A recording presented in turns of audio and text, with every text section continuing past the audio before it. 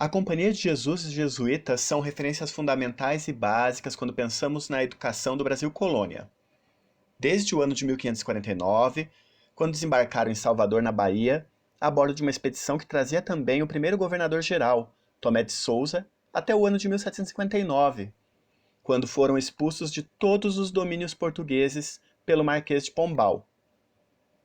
Podemos dizer que, mesmo ao longo desses quase 200 anos, as práticas formais de educação estiveram sob o controle desses padres, membros da Companhia de Jesus. Não é possível compreender a presença dos jesuítas no território brasileiro sem contextualizarmos os acontecimentos históricos que envolviam a Europa e a América no período moderno do século XV ao século XVIII. A partir do século XV, acelerou-se na Europa o processo capitalista de relações econômicas, marcado pela circulação de mercadorias, a fase conhecida como mercantilismo. Em contrapartida, ocorreu de forma desigual a constituição política do Estado Nacional. Essa combinação entre os estados absolutistas que se formavam e o mercantilismo foi decisiva para desencadear uma corrida entre as nações europeias pelo controle de rotas comerciais, terrestres e principalmente marítimas. Essa corrida se justificava pelo princípio mercantilista de que o Estado se fortaleceria econômica, política, militarmente, conforme o acúmulo de riquezas em metais.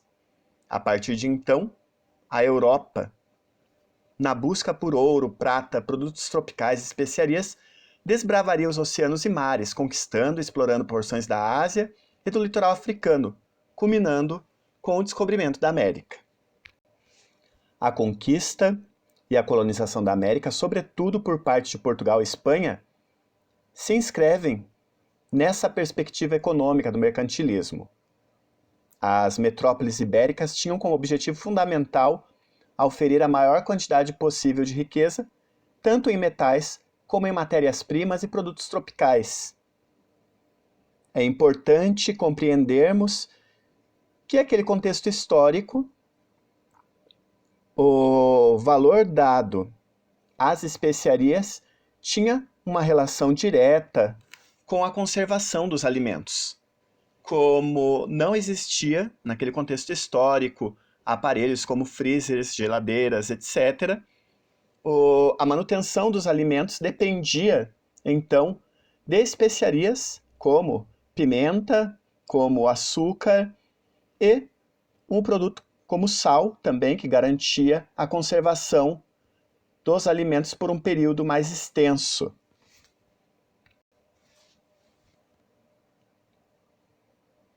Por um lado, podemos explicar então esse processo de colonização do Brasil como parte de um sistema econômico que nasce na Europa, mas também precisamos compreender o quadro histórico religioso pelo qual passava a Europa no mesmo período. A Europa moderna assistiu à quebra da hegemonia da Igreja Católica,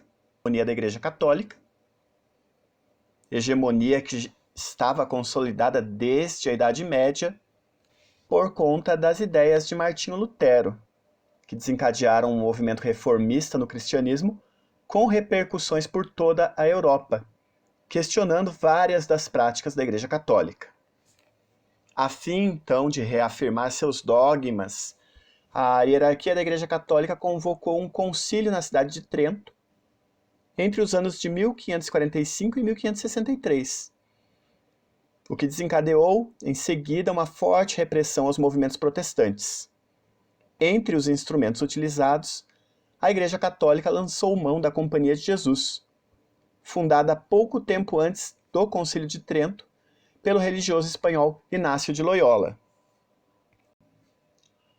A importância da Companhia de Jesus na estratégia da Igreja no combate ao protestantismo estava focada no campo da missão evangelizadora.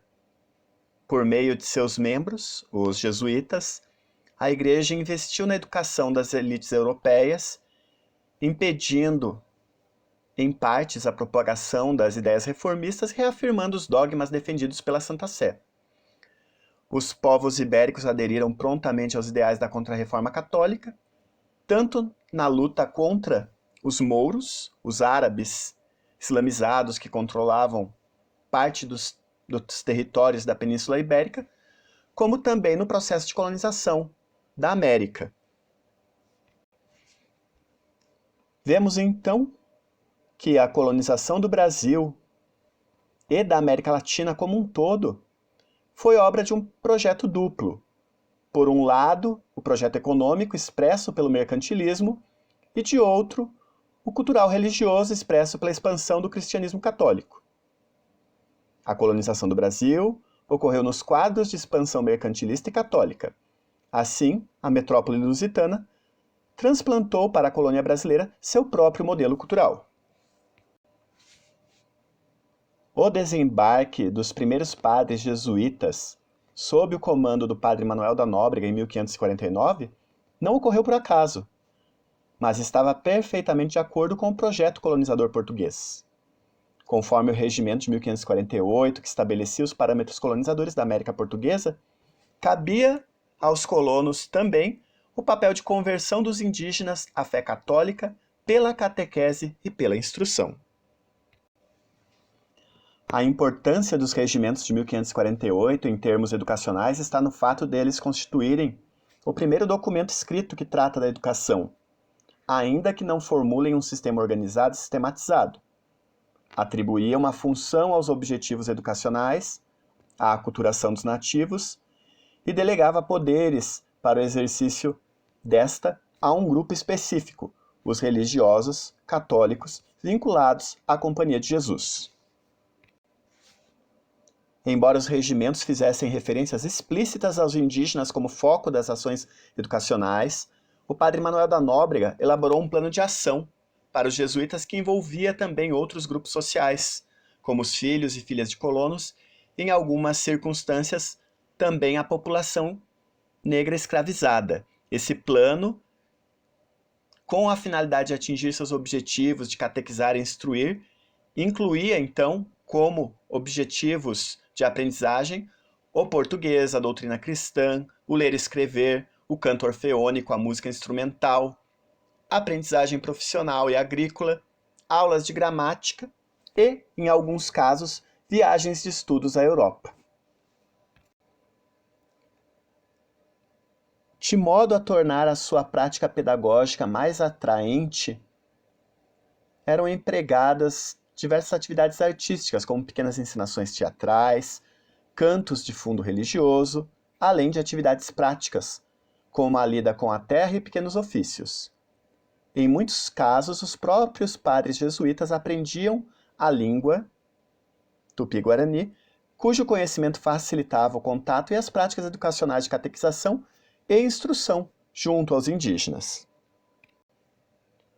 Em pouco tempo, os jesuítas haviam estabelecido no Brasil igrejas, colégios, seminários, missões e recolhimentos por diversas localidades da costa. Esses lugares serviam como abrigos para o exercício das suas atividades, de tal forma que marcaram profundamente a vida colonial nos primeiros 200 anos de colonização. Os jesuítas ainda traziam para si não só a responsabilidade da educação dos gentios, como também procuravam controlar as práticas morais dos colonos brancos.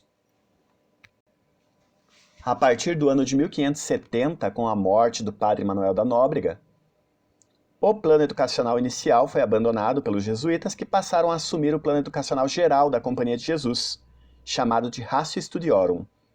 Por meio da adoção do Ratio Studiorum, uma tendência tornou-se dominante na história da educação brasileira: a separação entre a instrução mínima para os de baixo e a formação clássica para os do alto.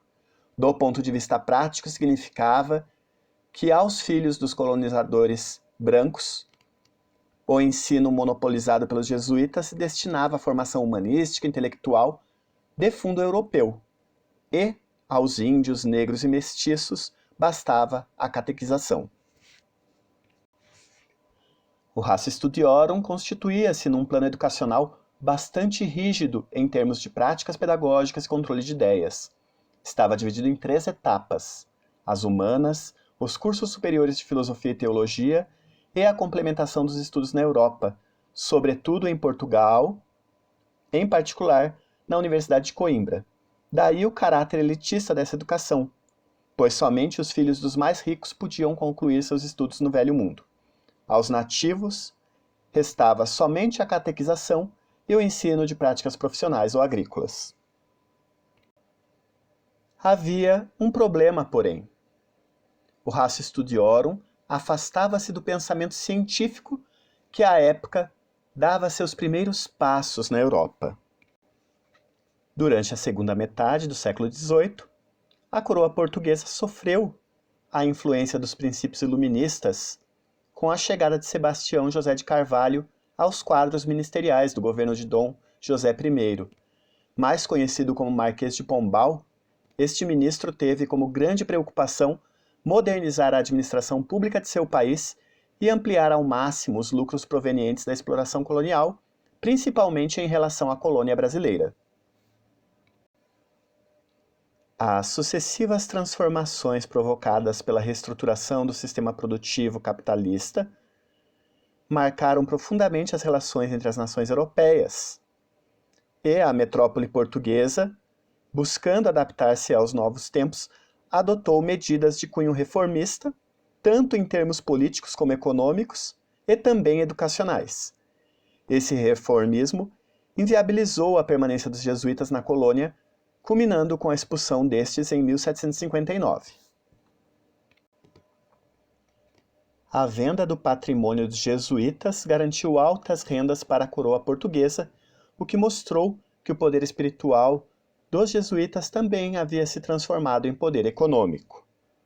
Com a saída dos jesuítas, outras ordens religiosas que já missionavam no Brasil, como os beneditinos, carmelitas, franciscanos e mercedários, foram assumindo, em diferentes ocasiões, a direção dos colégios e escolas. As escolas de ler e aprender, cuja gestão não apresentava maior complexidade, foram assumidas por vigários e clérigos das diversas localidades.